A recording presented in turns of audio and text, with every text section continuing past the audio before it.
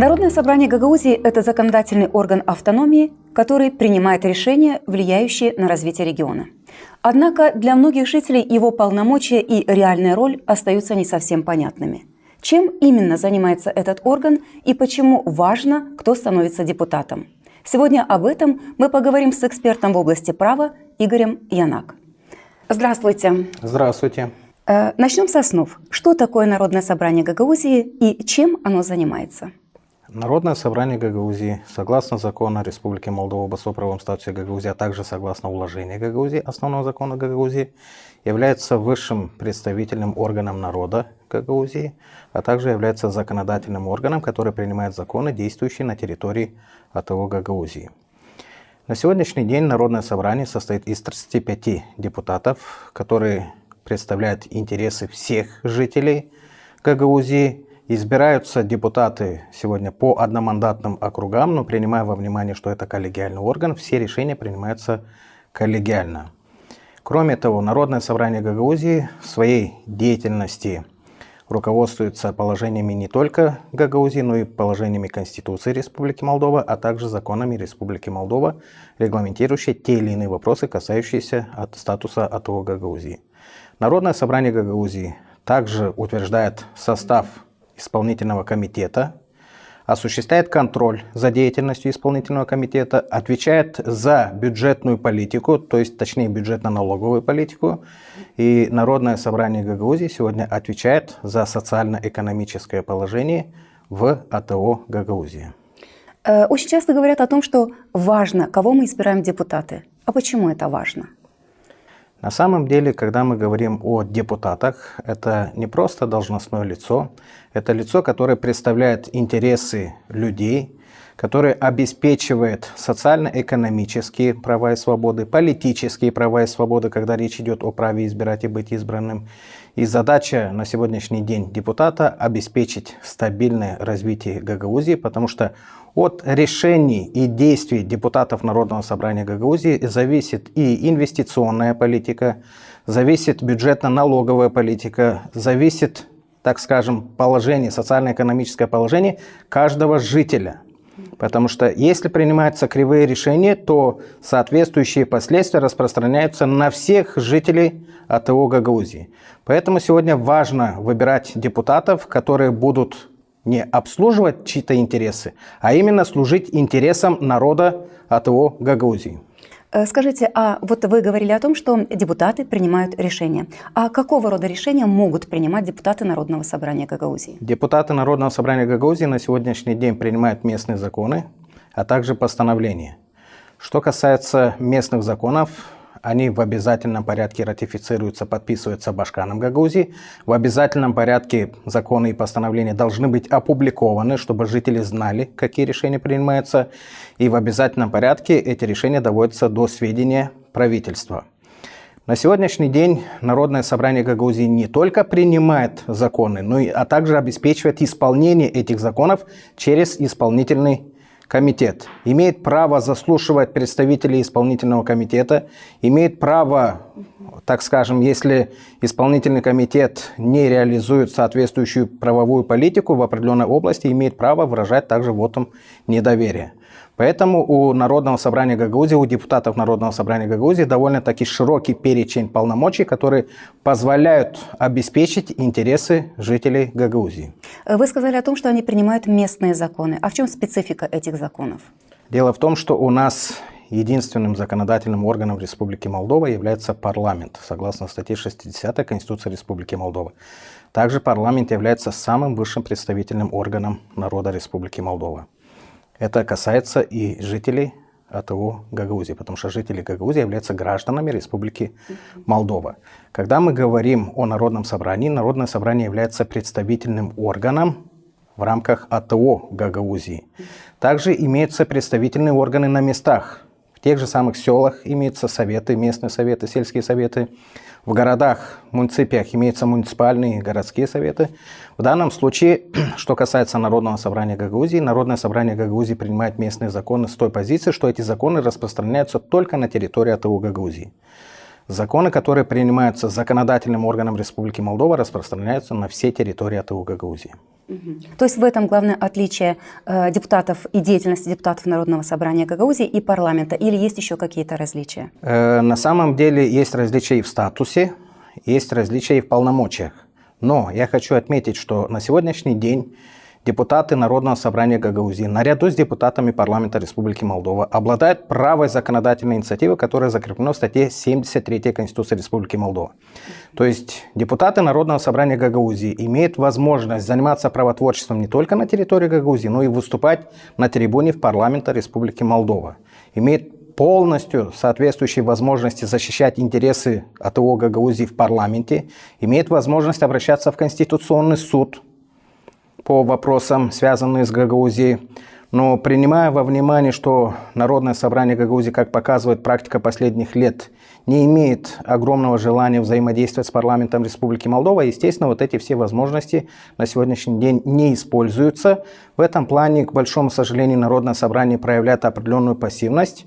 Вместо того, чтобы устраивать какие-то политические определенные эпизоды, желательно участвовать активно в правовой жизни.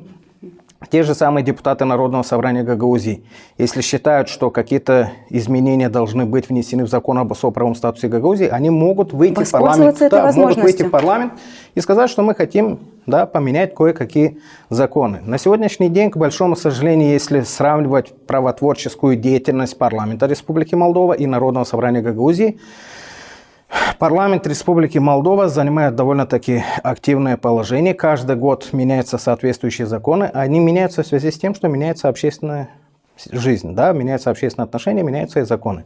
А Народное собрание Гагаузии, к большому сожалению, даже если меняются какие-то положения, эти положения становятся предметом судебного разбирательства, отменяются. Ну, как пример, Кодекс о выборах. Вот на сегодняшний день получился вот этот разрыв, правовой разрыв.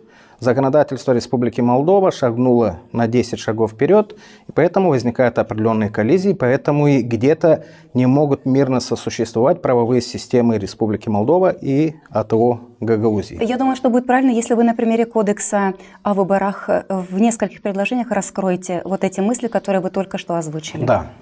Избирательный кодекс АТО Гагаузии был принят в 2015 году. Избирательный кодекс Республики Молдова был принят в 2022 году. Определенные изменения, касающиеся АТО Гагаузии, вступили в силу в 2024 году, 1 января 2024 года. И получается так, что избирательное законодательство Республики Молдова было реформировано, а избирательное законодательство АТО Гагаузии не было реформировано. Поэтому получилось так, что своевременно не смогли гармонизировать эти нормы.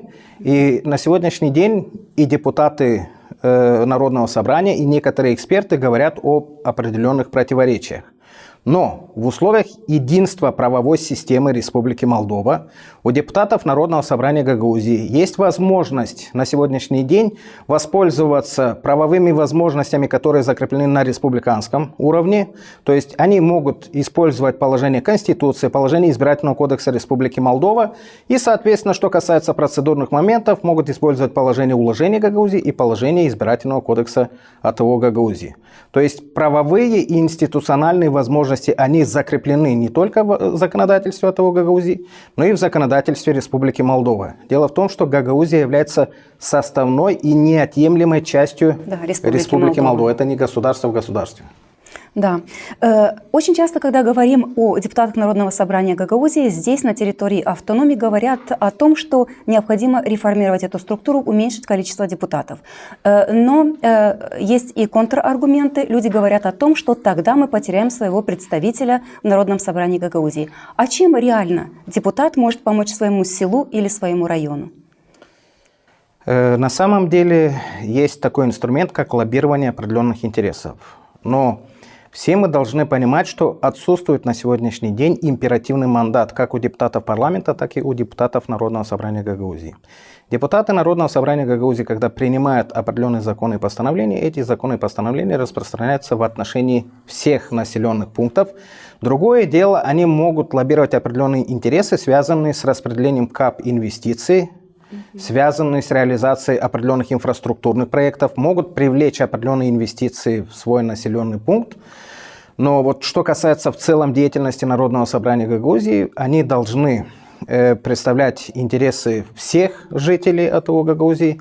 И, соответственно, депутат в рамках Народного собрания Гагаузии является представителем не села, не города, а представителем, да, всех жителей Гагаузии.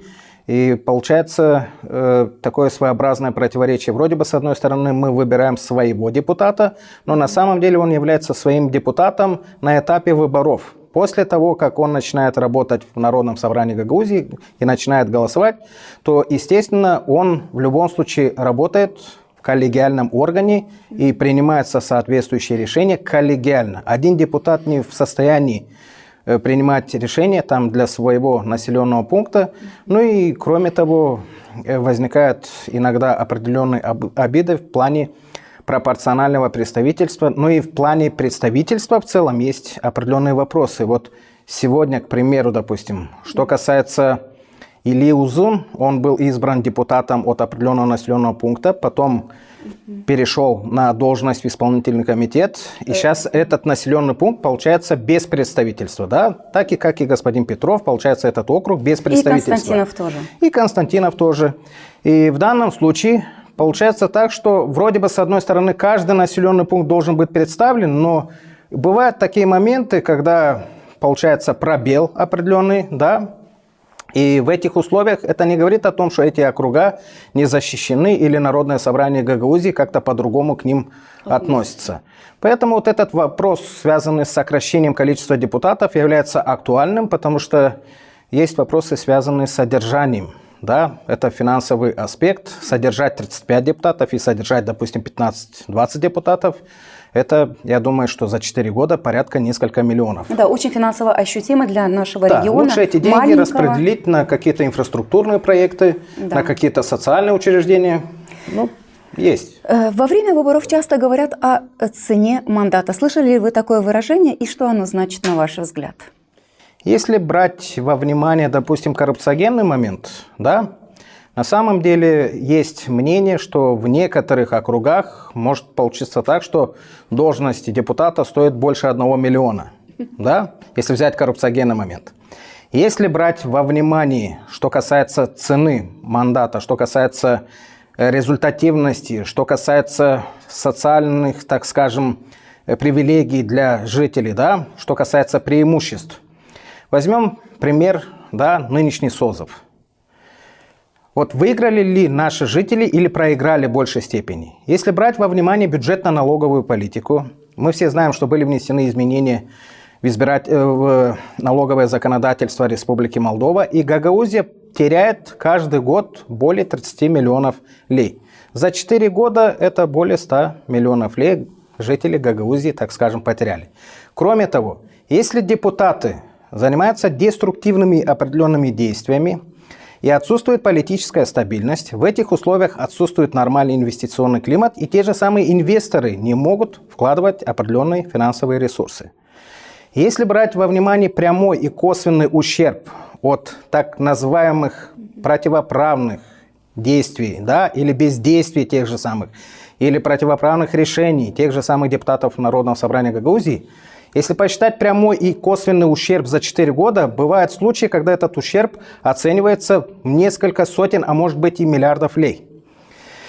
Если брать во внимание в социальном аспекте, честно признаться, для меня очень болезненная тема, что касается жителей Гагаузии.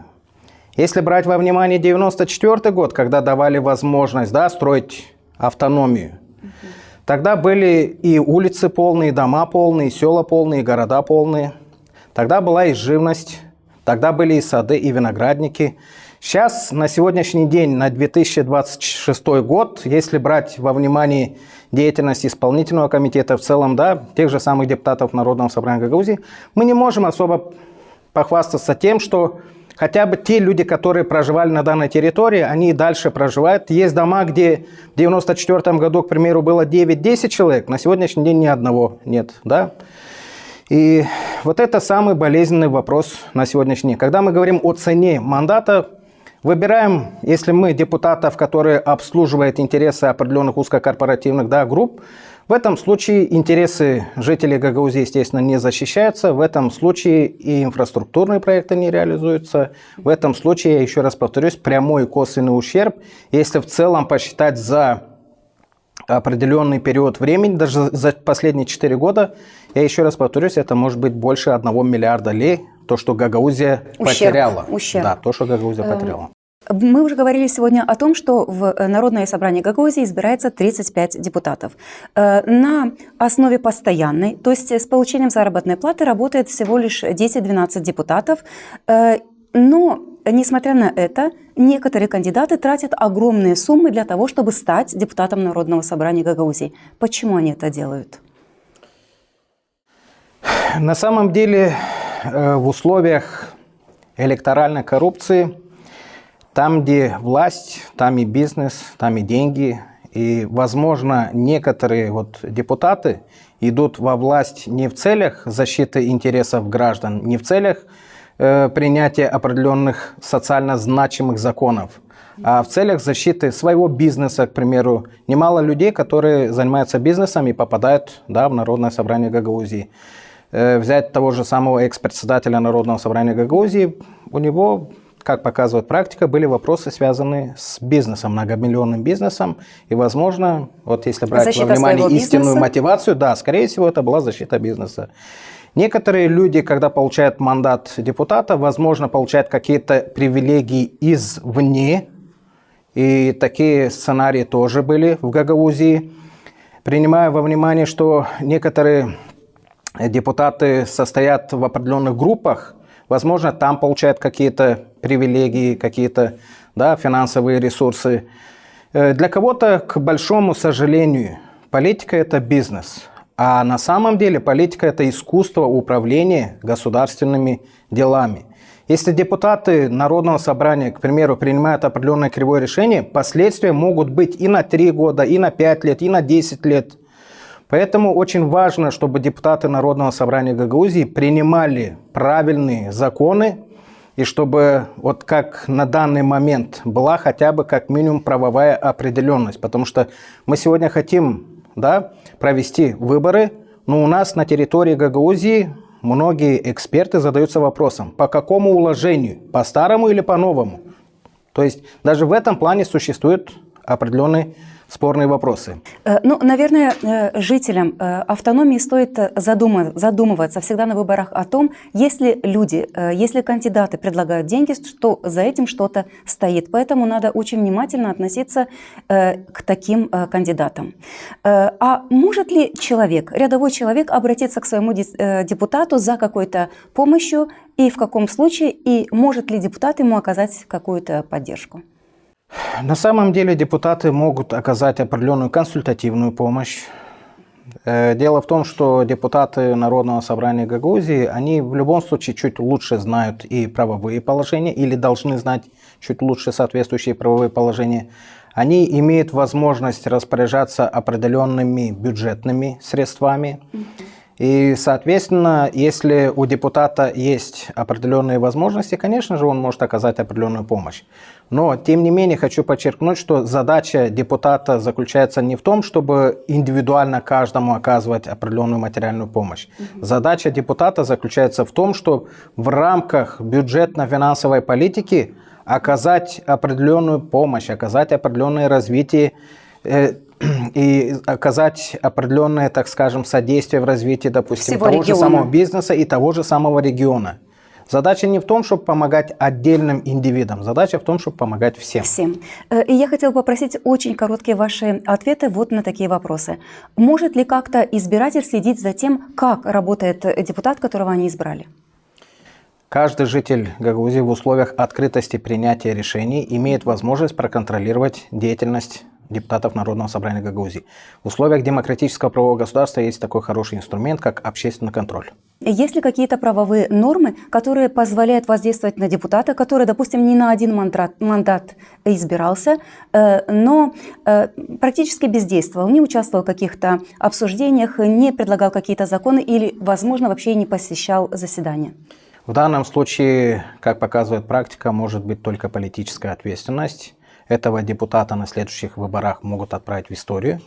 Но вот что касается юридической ответственности, депутаты не несут ответственность за свои заявления, депутаты не несут ответственность за свои решения, юридической ответственности. Но что касается Народного собрания Гагаузии, после принятия в 2019 году административного кодекса, принимая во внимание, что депутаты Народного собрания Гагаузии не обладают статусом неприкосновенности, естественно, к ним могут быть вопросы по поводу правомерности или неправомерности тех или иных решений. Да. И на сегодняшний день, если речь идет об уголовно-правовых нарушениях, то, естественно, государство в лице правоохранительных органов имеет возможность задавать определенные вопросы. Дело в том, что согласно части 1 статьи 16 Конституции, именно государство является гарантом соблюдения и обеспечения прав и свобод. Те же самые граждане могут обжаловать определенные действия, бездействия, допустим, если это касается нарушения прав и законных интересов. На данном этапе, как показывает практика, еще не было случаев, чтобы депутатов привлекали к юридической ответственности, но возможно, что в дальнейшем, принимая во внимание изменения в действующем законодательстве Республики Молдова, возможно, что в дальнейшем за определенные решения, которые нанесли ущерб интересам жителей, которые нанесли ущерб интересам государства, допустим, ущерб интересам, правам и законным интересам граждан, возможно, что по этим решениям будут определенные расследования, возможно, что будут привлекать к ответственности. Но я еще раз повторю, что это возможно. Законодательство на сегодняшний день позволяет. И последний вопрос. Что советуете вы жителям автономии? Почему нужно выходить на выборы, когда выбирают депутата Народного собрания Гагаузии? Почему это важно?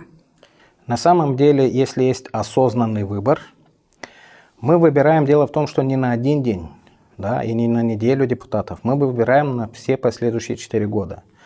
От осознанности выборов зависит развитие Гагаузии, зависит социально-экономическое положение каждого жителя, зависит порядок в каждом доме, в каждой улице, в каждом селе и в каждом городе ВТО Гагаузии.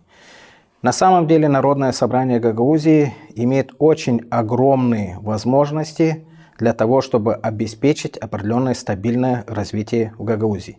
Сильная автономия и сильное Народное собрание Гагаузии – это гарант стабильности и Республики Молдова. Огромное спасибо вам за то, что вы согласились дать ответы на эти наши вопросы. И я думаю, что главный вывод, который можно сделать, Народное собрание Гагаузии – это очень важный орган в жизнедеятельности нашей автономии. И крайне важно нам, всем избирателям, думать, кого мы выбираем в Народное собрание Гагаузии, какое будущее, какое настоящее они могут дать нашему региону. Спасибо и вам.